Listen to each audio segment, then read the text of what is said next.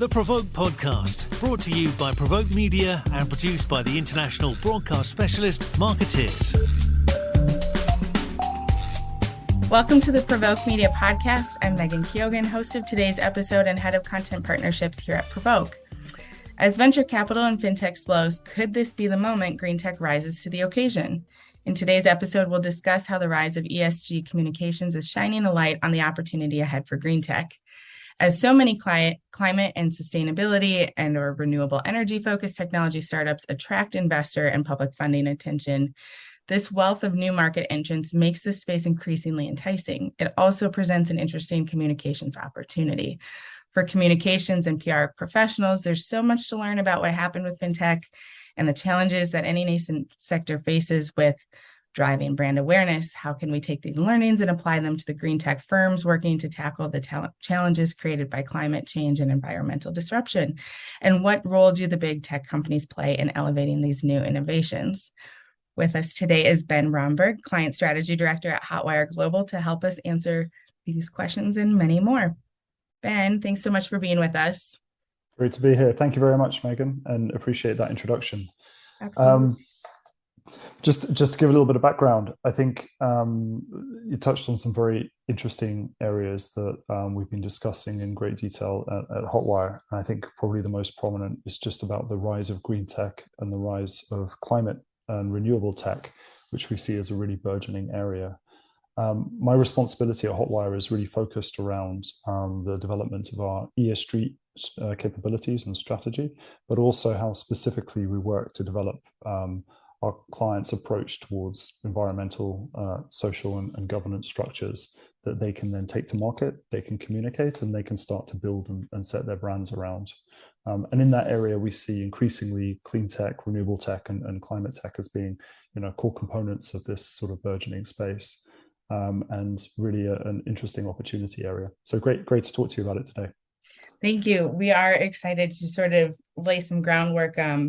It's certainly a topic many folks are speaking about today, or it's becoming very much more on people's radar, especially as we look at, investing into new technology and the opportunities that presents this year and next year as the economy is shifting and ESG priorities are shifting. It's very much like we kind of mentioned before, such an opportunity for PR and comms folks to really capitalize. Just as we sort of start out this conversation, can you provide us with the definition of green tech, kind of lay some groundwork for us so that we're all working off the same understanding, and then we'll dive in? Yeah, absolutely. So green tech is an umbrella term. It really sort of captures companies that work with technologies that ultimately are helping to improve the planet and address many of the challenges that come about as a consequence of climate change. They tend to be very environmentally focused.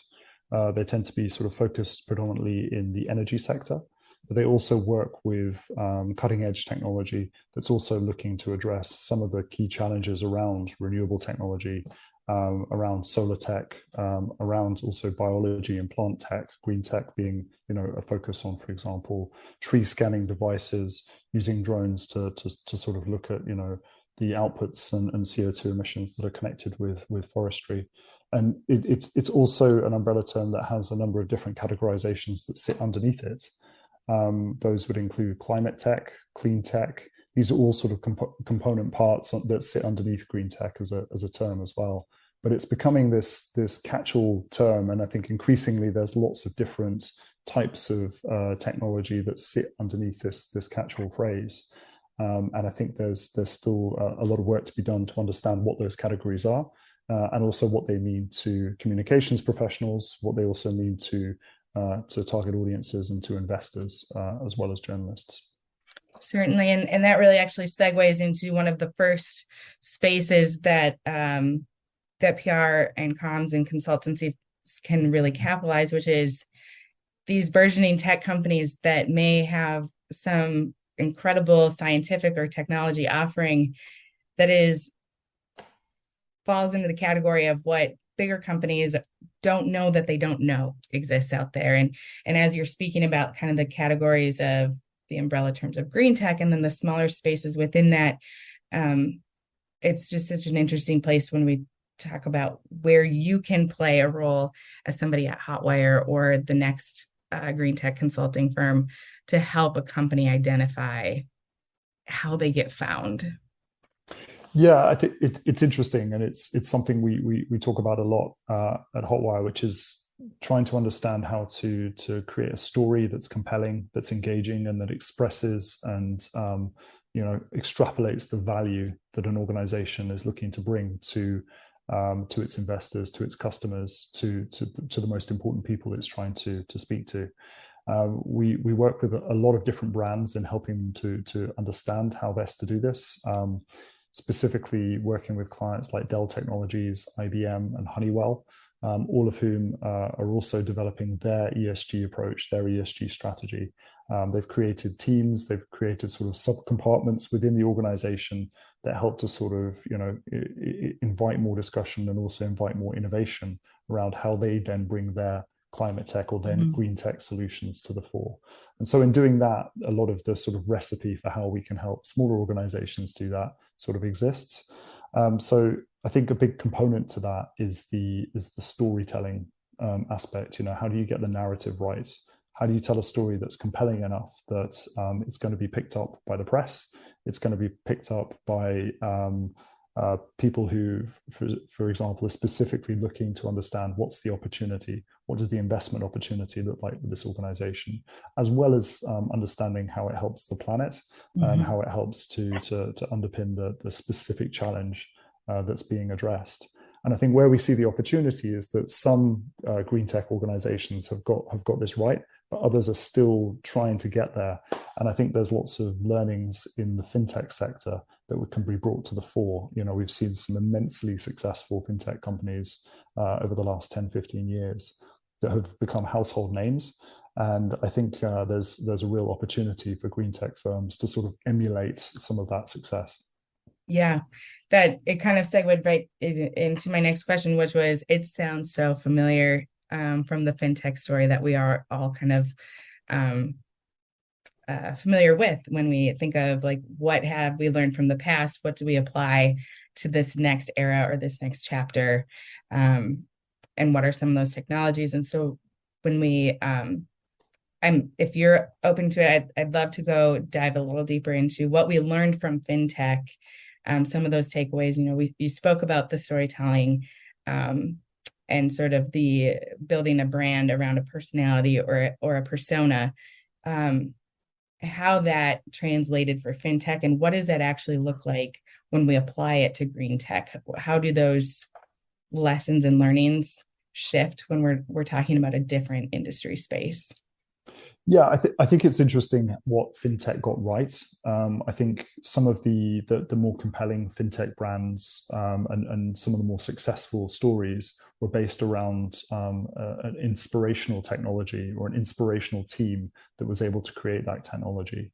And they got very good at creating a very recognizable brand. Both in terms of the name, quite catchy names that have become, for example, like Monzo and Revolut, that have also got very catchy logos associated with them. Stripe, they've then been able to take that brand and take that name and that story and very successfully present it to the media, to journalists, but also to investors, and do so in a way that it creates this very cohesive success story that builds on itself. I think it's also interesting how fintech positioned itself as disruptive, and how they saw the sort of the antithesis of what they were, the big banks, the big mainstream sort of financial enterprises of the day, and said, we are not like that. We're different. We're going to change the game. We're going to bring in new technology that's going to completely, revolutionize this field.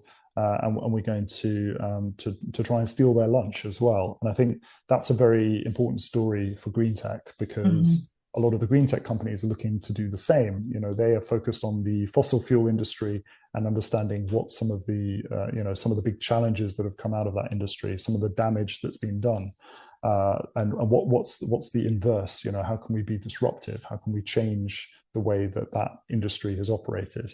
How can we learn from it, but also how can we introduce technology that's going to solve the challenges that have originated from there? So being disruptive in the sense that they can disrupt what's happened from a fossil fuel perspective is very interesting, and also a learning, I think, from fintech. But at its heart, I think it's about telling a really good story and making sure that that's compelling enough to be picked up, by the media, by mainstream press, as well as specific or niche publications, and also doing so from a team or from a persona perspective. Right. There might be a charismatic founder, or someone who previously worked in a large enterprise or large fossil fuel industry firm, and decided to then switch and change the story and change the approach. I think all of those kind of compelling human stories are also a key part of what I think some of the more successful green techs are getting right, and what they can learn from the fintechs. Yeah. And you kind of brought up the point of, we've spoken a lot already about the smaller companies, or these disruptor companies, which often we think of as young startups, or small no-name brands that none of us have heard of. But of course, there are large companies also working in the green tech space. And I'm interested in hearing your perspective on the role that the large companies also play in green tech, and where they contribute or create opportunity also. Yeah, I think there's definitely a big shift in the way that a lot of large technology companies are operating, to now consider their carbon footprints, to consider how impactful their technology is, but also to start initiatives and to start innovation or sort of skunk work type projects, where they're actually able to sort of come up with solutions that help to rectify some of the damage, or some of the problems that are being caused. I mean, we've caught sight of a really interesting climate tech initiative called Frontier, which was announced earlier this year. It's a collaboration between Stripe, Alphabet, Meta, Shopify, and McKinsey, and it plans to purchase $925 million worth of permanent carbon removal from companies that are developing technology that can help to sort of spur this market for carbon capture. We've also been looking at organizations and working with organizations like Autodesk and Autodesk Foundation, who are invested in climate change innovation, and large technology firms like IBM that have the IBM.org initiatives, and are focused on how they can impact or move the dial against the UN Sustainable Development Goals. So there's a lot of sort of impact happening through industry partnerships, and there's also a lot of focus for these firms to try and change or come up with innovative ways where they can actually build sort of startups within that can help to address these challenges. So it's happening on sort of both sides. And it's interesting because there are lots of great stories in there that aren't necessarily being told or getting the levels of press attention that you'd kind of hope at this stage. And it's looking at that I think is really interesting. Yeah. I'm thinking of, and obviously not the intended story, but I'm thinking the story of that many large organizations sitting around a table. I think the first example you had mentioned, Alphabet, and I'm gonna blank on their names, but I was, as you were telling that story, Frontier. Frontier. I'm picturing 6 different boardrooms basically convening to all agree on an initiative right there, which in and of itself feels worthy of a story of however that came to be and came to fruition. But they all agreed.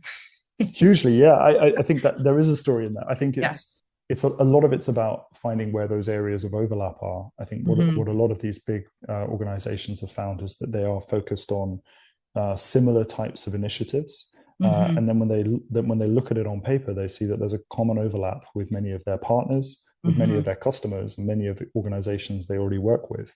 And if they're to pool resources, if they're to sort of collectively work together in partnership, they can see a lot more opportunity and a lot more effectiveness and a lot more impact than trying to go it alone. And I think the same is true with smaller green tech companies that are often have created a technology solution or created an approach that's really effective and actually does something very capable and very smart. But their scale and their reach is going to be limited because they're working out of a warehouse or a small or a university funded program, and that's not big enough in order to be able to make an impact. So how do they connect with and how do they get investment, or how do they connect with a firm that gives them that scale and that reach, make a broader impact, and how do we help them to tell that story to get them there? Yeah, which in no way was really our, it's such a natural segue, but in no way was our planned course of conversation to go, but it does lend itself to exactly like the role a company like Hotwire can play, which is helping craft that story, consulting on the messaging opportunities and the persona opportunities, or the partnership types of collaborations, and how to message those larger scale things. One, to be found by a bigger company, or two, to also rally the sources of other companies. And I know that that's one piece of the puzzle that you are working on at Hotwire, but I'll let you speak. Sorry. No, absolutely. Yeah. I think that's definitely something we focus on, which is, thinking about the types of personas, the audiences, thinking about specifically how do we reach the most important people that this organization needs to connect with. How do we seed the story in a way that it will get noticed, but also how does it resonate and connect and spur on the right types of conversations with those right audience types? And I think understanding that is part of the equation, but also I think it's understanding what those audience challenges are, and specifically how do their products, how do their services, how do their approaches specifically meet those challenges and help them to overcome. And I think that equation's got to be understood first in order to be able to make sure that the message resonates. And I think increasingly, and you hear this from the likes of Gartner and Forrester, but increasingly the importance of getting that value proposition to be understood and for that to resonate with the target audience. I think that's first and foremost for a lot of green tech firms. So if you've got if you can articulate your value, you can articulate that in a way that is correctly understood by the people that you're trying to reach, then that's half the puzzle. The next question is how to get it out there and how to make sure it resonates. And I think the branding component for a lot of green tech firms is very important. Making sure it's a brand, it's a identity that will resonate. And that is a big component of the work that we do at Hotwire. But also understanding, what underpins that, what gives you the right to be able to talk about, your solution, your products in this arena, and how do you separate from perhaps other organizations that are looking to do the same thing. So understanding where your positioning is and understanding how it competes with other organizations that are perhaps trying to do the same thing, I think is a part of it. And we spoke earlier about how climate tech and how there's all these different sort of verticals underneath the green tech umbrella, and that adds a layer of complexity as well. I think there are going to be investors, there are going to be firms that are looking at all of those different sub compartments, if you like, and thinking this is the area that I need to focus on, or I'm just looking for a renewable tech solution within the energy field. And it might be that you don't get discovered unless you've got that categorization, you've got that branding right, and you're playing in the right space. So helping to identify that position and helping to place these organizations in the right area, I think that's crucial here.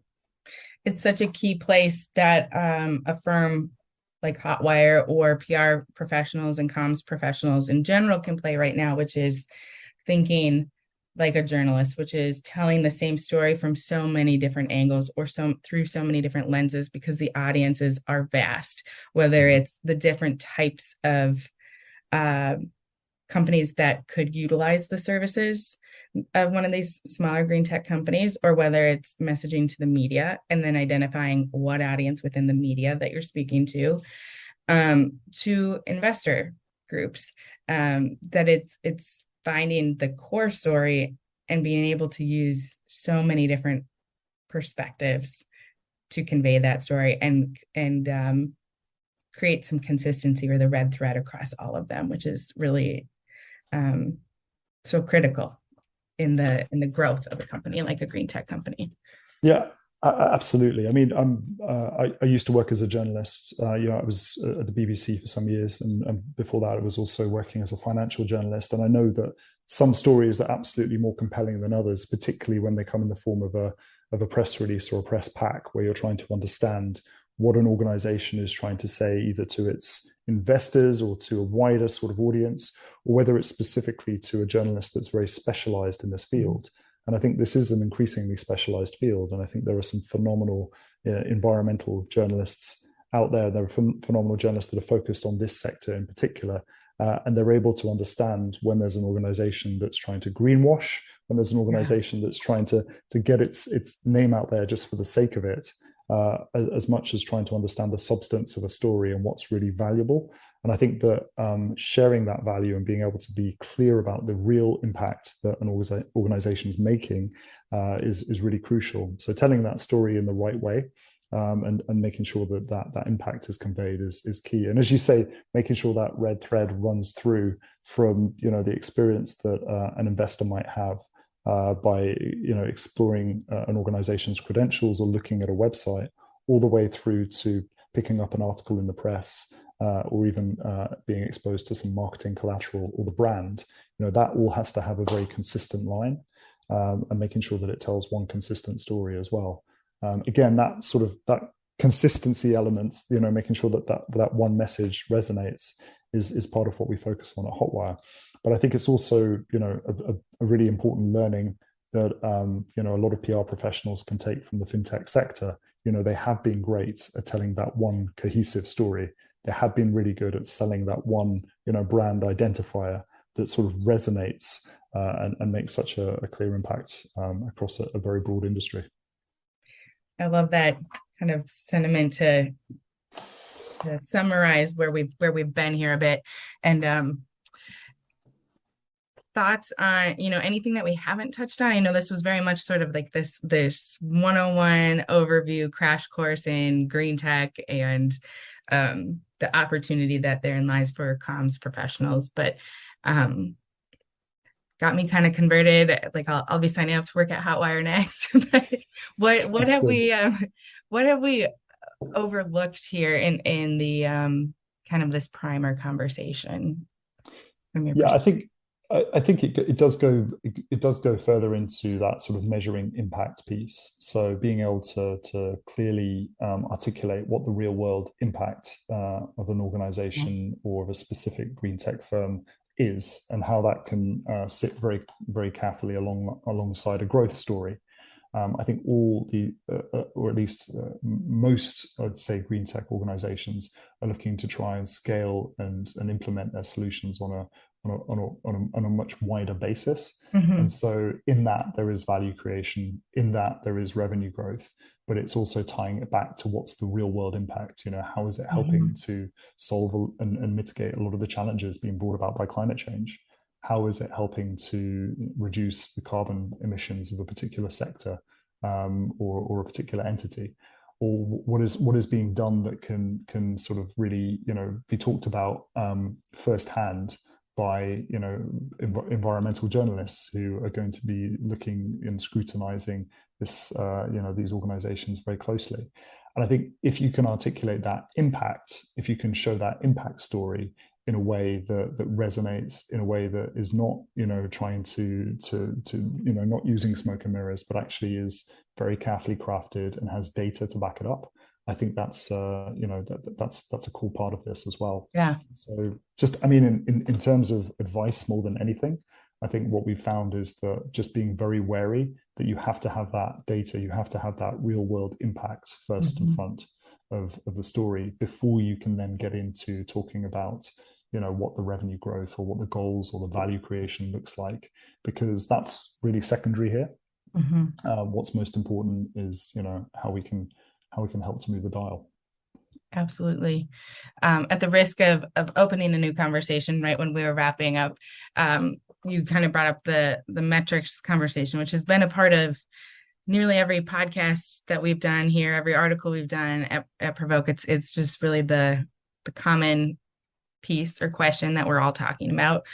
In terms of how these metrics look when you measure your own impact at a place like Hotwire, do those metrics shift when you're working with a green tech company? Are there different things that you're looking at specifically through the lens of a green tech company versus other tech companies when you're looking at your impact in that measurement story, from the agency perspective? Yeah. Yeah, absolutely. I think, and it goes back to that real world impact. I think that when you're measuring, for example, we have a framework which we refer to as the 3 R's of reputation, relationship, and revenue goals that a lot of firms focus on. These tend to make up the broad sort of communications and marketing objectives of most major technology companies. They're either looking to improve or shift their reputation positively, build or strengthen relationships that they want to have with their most important people or customers, and then ultimately grow their revenue. And I think across those 3 R's, I think you've got to think very carefully in the green tech sector that the reputational piece will be directly linked to the impact that this organization is having in the real world, what it's doing to move the dial vis-a-vis climate change, and what it's doing to make a positive, net positive impact. The same will be true with relationships. It might not just be, the media or the investor component. It might also be the relationships they have with the scientific community, or with educational organizations, or with government and policymakers. And so there's a different component there. And the revenue piece is again different when it comes to nonprofit. When it's an organization that's looking to secure a funding round, but do so in a way to scale up or sustainably grow the organization so it can have a bigger real world impact, not just to generate profits for shareholders or investors. And I think that's another component to it that changes the way we would measure in this space. It goes more closely aligned to the types of ESG initiatives you see in large organizations. There isn't necessarily always a big revenue or profit driven goal aligned to what ESG is trying to do. It's actually more around how can we, improve, or how can we, have a real world impact on what we're doing vis-a-vis climate change, or how can we introduce goals or benchmarks that are going to help to improve, the working conditions for an organization around its circular economy or its plastic reduction drive. There's lots of different elements that can sort of scale out from there. All of those can be measured. Those are all data points as well. And I think it's very interesting to see that also form part of a campaign dynamic, or form part of what a communications or marketing approach can deliver onto.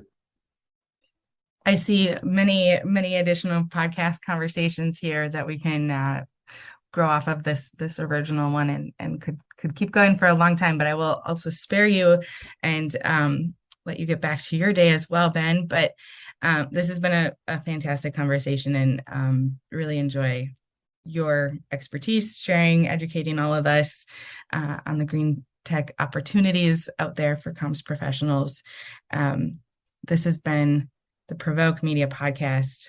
Ben, thank you so much for being here. Thank you, Megan. Appreciate it. And this has been the Provoke Media Podcast with Hotwire Global, and we thank you for listening today.